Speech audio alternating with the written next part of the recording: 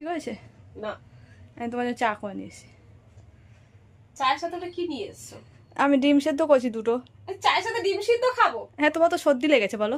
তার সাথে ডিম সিদ্ধ কি সম্পর্ক, তাও এই সন্ধ্যাবেলা? আরে শরীর গরম করবে। তুমি খাও।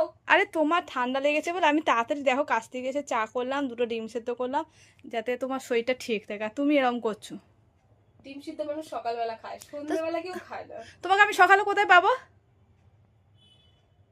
ঠিক আছে, আমার সর্দি লেগেছে আমি বুঝলাম, আমি চাটা খাবো, গরম চা ঠিক আছে, তো ডিম সেদ্ধ তার সাথে তুমি খাও। আরে এটা প্রোটিন প্রোটিন, তোমার শরীরে প্রোটিন নেই বলে তোমার এত ঠান্ডা।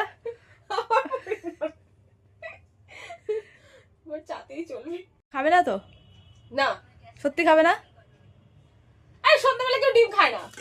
ঠিক আছে, রেখেই দিচ্ছি। কালকে এটা তরকারি করে নিয়ে যাবো, কারণ এটা কাঁচাই আছে। ঠিক আছে, তুই কাঁচা ডিম খাচ্ছিল আমাকে। তুমি খেয়ে তো দেখতে, তুমি তো খেতে না আমি জানি। ডিম সিদ্ধ। হ্যাঁ, তুমি তো খাও না ডিম, আমি তো জানি। না, দাও। এ দুটো কাঁচাই ডিম আছে।